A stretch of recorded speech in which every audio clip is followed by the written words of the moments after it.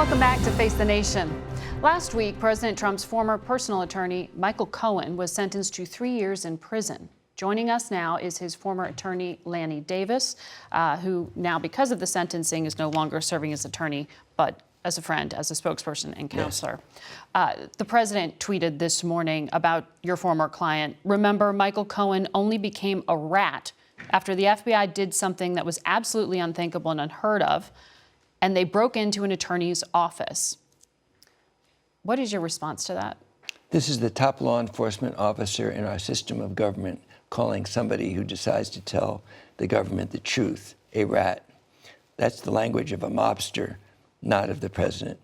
But Michael Cohen took ownership and personal responsibility for lying, and he's going to jail as a consequence. And he authorized me several times to say he wouldn't take a pardon from Donald Trump if it was handed to him. So he now was never discussed? Never. But he announced ahead of time, wouldn't take it even if it was handed to him. And let's remember that Michael Cohen has corroborating evidence for everything that he has said. Mr. Mueller certainly does.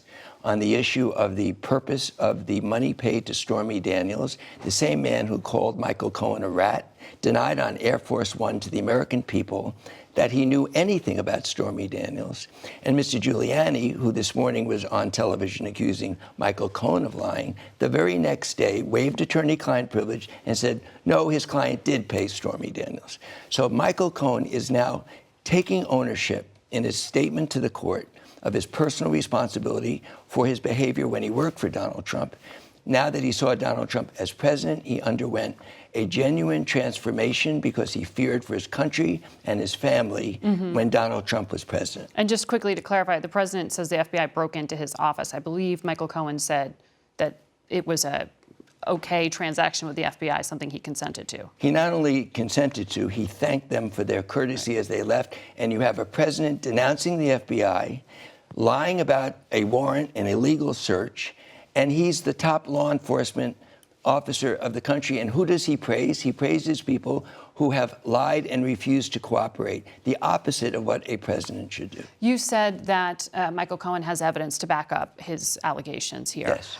In the sentencing memo, the special counsel wrote that he provided useful information concerning Russia-related matters core to its investigation. Does that mean, are you saying that Cohen actually has evidence of conspiracy with Russia? So the one thing I can't do when I was his lawyer, now that I'm his advisor, is to get in front of Mr. Mueller's findings. So I can't answer your question, but I will tell you this. Well, what did you mean by evidence then? What did Mr. Cohen mean by evidence or Mr. Mueller mean by evidence? I can't tell you anything about what Mr. Mueller meant. Let's wait. But I can tell you that when he used the words core issues, those words are about the Russian investigation. And Mr. Mueller is careful with his words. And he also mentioned that Mr. Cohen provided information regarding the Moscow Trump Tower and that he was contacted by a senior government official and the press secretary to Vladimir Putin. So there's a lot in the Mueller memo that tells you how forthcoming for 70 hours and 7 meetings Michael Cohen was with Mr. Mueller. Prosecutors also said he provided information concerning contacts with persons connected to the White House during 2017, 2018. Can you tell us who he was in contact with? Again, I can't tell you. I'll wait for Mr. Mueller to tell you, but just think about it. He publishes ahead of time, which Mr. Mueller criticized him for, his testimony that was a lie about the Moscow Trump Tower. He calls the White House, and the president knows from the published testimony that he's about to lie. Not one person from the White House, I can tell you this, ever said, don't lie. Did he need to be told that? Well, he did need to be told that because he ended up lying and he regretted it and he's going to jail for it. And he said to the court in his heartfelt way, I take ownership and I don't blame anybody but myself, and apologize for that. The president's attorney, Rudy Giuliani, is defending his client and saying that Michael Cohen is just a liar, a serial liar. And he's pointing to the idea that there's no way he was ever loyal to President Trump since he surreptitiously recorded him. So I can why did he do that? I can see why Mr. Giuliani mentions recordings, because he flat out lied when he said that there was no mention of cash by President Trump on the tape recording that I went on CNN to play. It was Mr. Giuliani who lied about it. That tape recording is evidence that the primary purpose of the payoff of the hush money to Ms. Daniels was the election. It says so on the tape. Mr. Pecker from AMI corroborates it, and others will corroborate it. Mr. Giuliani going on the air today, ignoring the fact the FEC never ruled that what John Edwards did was appropriate. That's a lie. There was never a ruling. And we'll see what the facts, which is something alien to Mr. Giuliani and Mr. Trump, let's see what the facts show. We're going to talk about what all of this means for the president. Thank you. Ahead on Face the Nation, we'll have some analysis.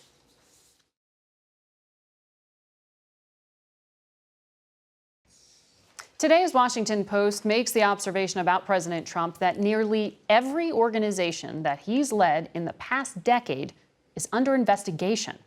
To help us make sense of where we are in some of those investigations, we're joined now by Trevor Potter. He is the former chairman of the Federal Election Commission, and our CBS News correspondent, Paula Reed, who has been covering the Trump investigations. And you have your plate full there, Paula, with that description there.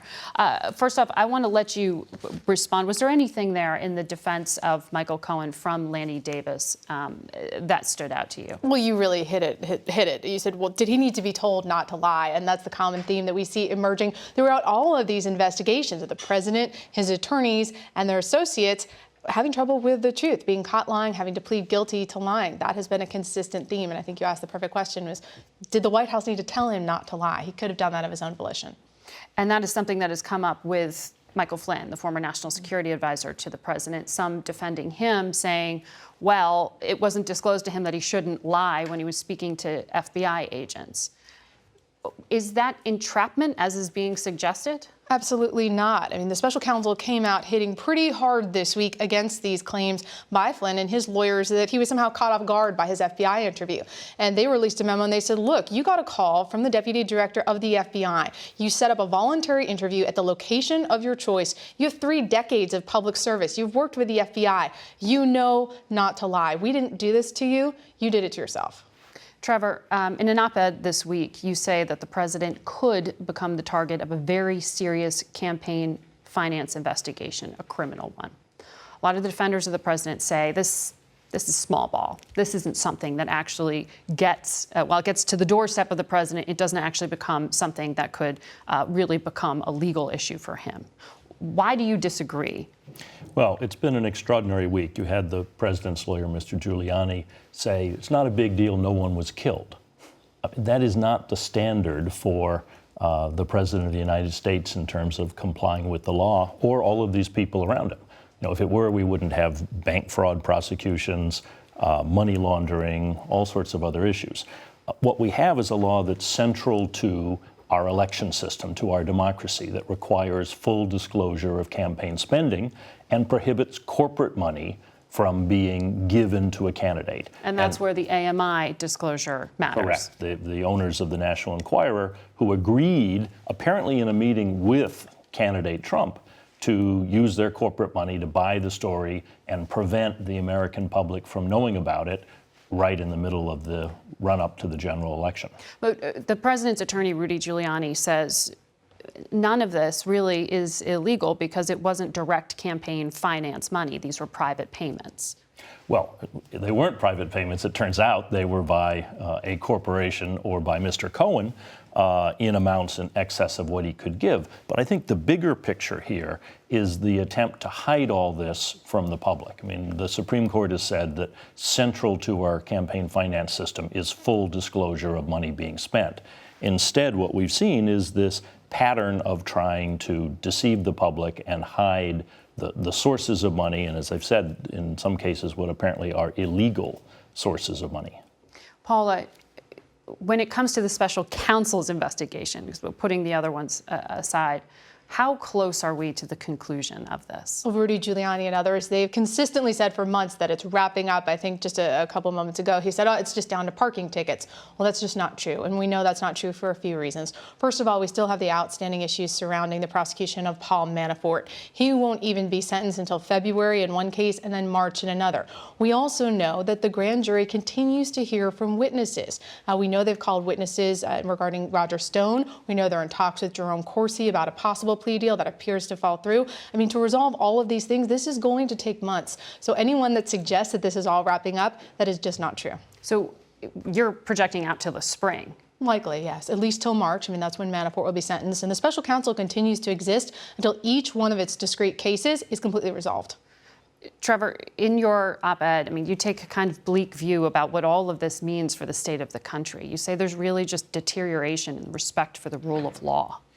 Well, I think the point there is that you have the defenders of the president, as well as the president himself, saying that violations of law don't matter. And I don't think that's where we are as a country. We believe in the rule of law. You can make the argument, well, it's more or less important. I obviously think it's more important. But to say we're just going to ignore violations of law because it's politically convenient to, we don't want to talk about it, is, I think, a real problem for the country. These are laws that were enacted after the Watergate reforms, when we learned the problems of corruption, of secret money in elections, of payments of hush money. Richard Nixon's lawyer went to jail for payments of hush money that were cash payments not disclosed.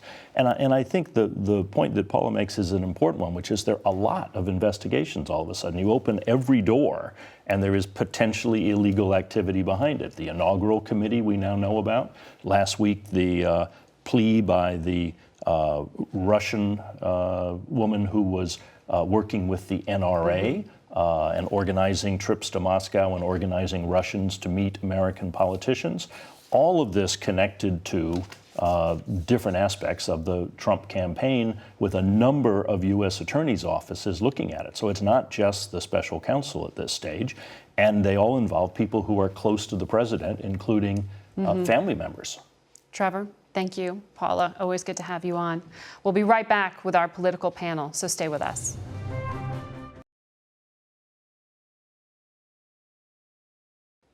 It's time now for some political analysis.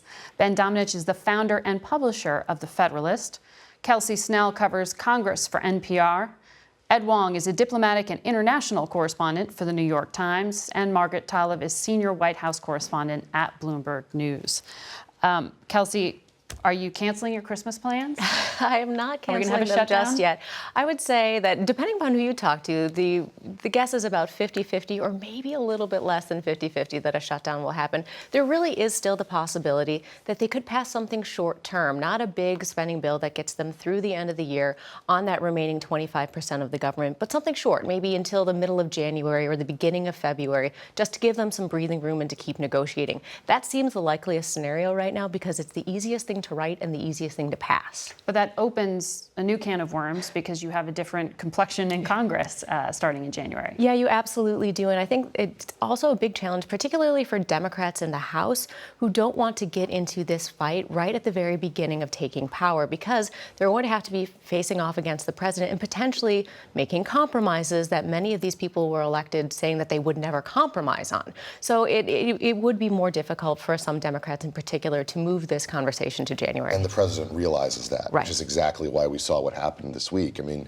the president, we have to keep in mind that his role within this kind of shutdown potential battle is going to be different than other Republicans. When Chuck Schumer and Nancy Pelosi showed up at the White House and said the word shutdown as if it was this magical incantation that would make the president back off, he clearly leaned into it instead. And I think that factors into his calculation. Now, he may be alone in that calculus. One of the factors that I think we have to keep in mind here is that Mick Mulvaney, the incoming chief of staff, may have some strong opinions about the shutdown. We don't know potentially what those are, and that could factor into the way the White House plays this. What you're hearing from Republicans, though, and you also heard some description from Senator Barrasso, is that this isn't a whole-scale shutdown. Sort of, this is shutdown light. It's not that big of a deal. Is it, Margaret? But shutdown light happens to affect border agents and TSA agents at a time of the year when both of those issues, one for travel reasons, and the other for political and policy reasons, are very much on everyone's mind.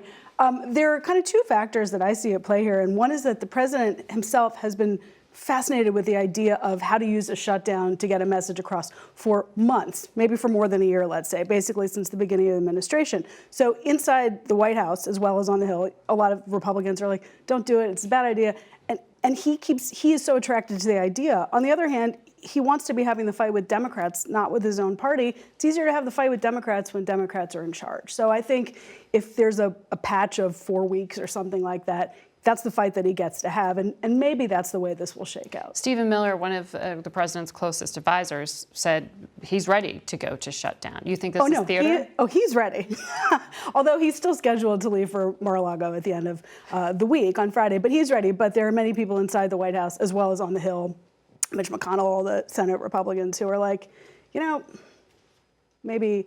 And so there have been ongoing conversations between the White House ledge team and those Republican leadership teams in the House for now and in the Senate about how to stave it off under what conditions. But that ultimate conversation that the president wants to have about immigration reform, DACA, and wall funding, the place where some kind of a compromise could be possible, is probably not really possible until next year, if at all.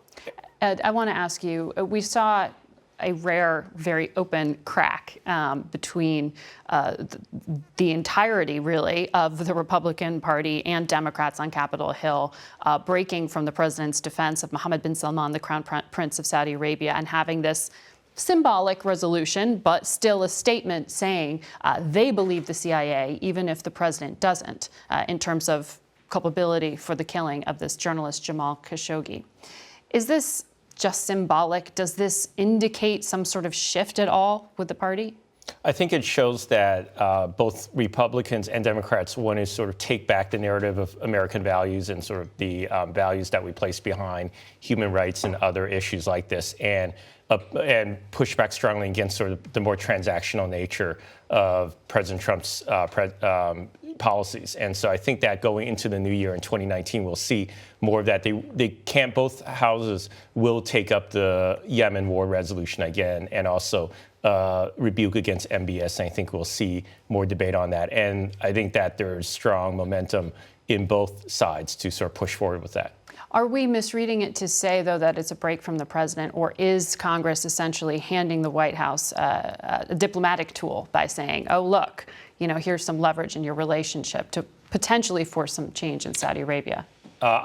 We haven't sensed any motivation on the part of the White House to really push forward with changes or with pressing Saudi Arabia on any of its policies. So I do think that this is an authentic rebuke by Congress against the president. But keep in mind the context of this, which is just that Congress has, for 18 years really, ceded its power when it comes to the foreign policy issues that face this nation. We're still operating under the same AUMF. We're still operating under the same authorization of the use of military force. Mm-hmm. We're still operating under the same sort of regime that was put in place after 9/11. Congress has kicked the can on this issue time and again, and I do think it's significant. It is symbolic, but it is significant. But I think it needs to lead to more steps in order to actually have any real power. Otherwise, this is just sort of Congress saying, yes, we're still here, and pretending as if, time and again, Congress likes to cede its power over an issue to the administrative branch and then complain about it, because it's a lot easier to do that than to make hard choices. We're also seeing the financial markets show some nervousness right now about the trade dispute with China, about slowdown in Europe, about Brexit. Where do we start the new year on the foreign policy front, Ed? I think that the trade war with China is the main sort of question that looms over all this. And they have that sort of 90-day grace period in which the president said he wouldn't raise tariffs. And in theory, they're supposed to negotiate during that period. But I've heard that within the White House, people like Peter Navarro are still very much entrenched in their view, and that they're hoping to ride out the 90 days and keep the tariffs on. So I think that will lead to more unsteady movement in the markets. And also, I think the shutdown that we talked about earlier will also shake up the markets. And I think that the Republicans have to be thinking about that. Margaret, Mick Mulvaney, management now moving from OMB sort of, and is also now chief of staff for the president. You have the Interior Secretary, Ryan Zinke, departing. Yeah. Who is next, or is the president done shaking up his team? I don't think that shakeup is done. In fact, it was only a week ago when the world thought that Nick Ayers would be the president's next chief of staff. But if he had come in under that arrangement they were discussing, it also would have been an interim arrangement. The president wasn't comfortable with that a week ago. Part of that interim arrangement would have been to execute the sort of staff overhaul, shakeup, whatever you want to call it, that is now kind of slow rolling underway. Will Mick Mulvaney execute it differently than Nick Ayers? Possibly, but it's all up to the president. It's always been up to the president. So some of the other folks who may or may not be on the chopping block, the education secretary, the commerce secretary, but it will ultimately be up to the president, and always would have been. For months now, they've been looking at those midterm elections as a reset point, understanding that if the Democrats took the House, it would change the dynamic of the second 2 years of the president's term. And now the president is trying to go into this new era in as strong a position as possible. So folks who have baggage, political weakness that could drag him down, he wants to be able to transition them out. In some of these places, including Interior, the number 2 in command would be able to step into that job without some of that political baggage. So yes, I do think that they're looking right now in the next few months at how many other positions they can turn over and who could step in. But Kelsey, the president's going to need Congress to confirm them. Yeah, and that is something that I've talked to many senators about, their concerns about backlogging and the number of people who need to be confirmed. You have to remember, they still need to nominate and approve an attorney general. But the thing that I think is interesting about the White House strategy here is they are looking forward to Democrats in the House planning a number of investigations. And I've heard Democrats say that they don't think that just getting rid of the head of an agency is going to forestall those investigations. If it's the White House intent to avoid that, this may not be the strategy that actually gets the outcome that they're hoping for. Prepare yourself for 2019. Ben, we have an interesting thing that may be happening in the next few days in Washington with criminal justice reform being promised floor time. This is Jared Kushner's project that he feels personally invested in. There's been some disagreement within the Republican Party about whether it should even see the light of day. Yes. What does this signal that he was able to get Mitch McConnell to give some precious time to this bill? I think it's very significant. I mean, the fact is that there had been a real push within the Republican coalition for criminal justice reform at the state level, backed by the Koch brothers and other groups that really wanted to see it as something that was part of the Republican policy portfolio. That really was short-circuited by the existence of the Donald Trump 2016 candidacy running on a law and order message that sounded more familiar to those who think that we might still be living in the late 70s. And frankly, the nomination and approval of Jeff Sessions as Attorney General was something that really short-circuited that process. Jared Kushner worked very hard within the White House to try to push this forward. And I think it's significant that this is something that's finally seeing the light of day at the Senate level. All right. Thanks to all of you. We'll be right back.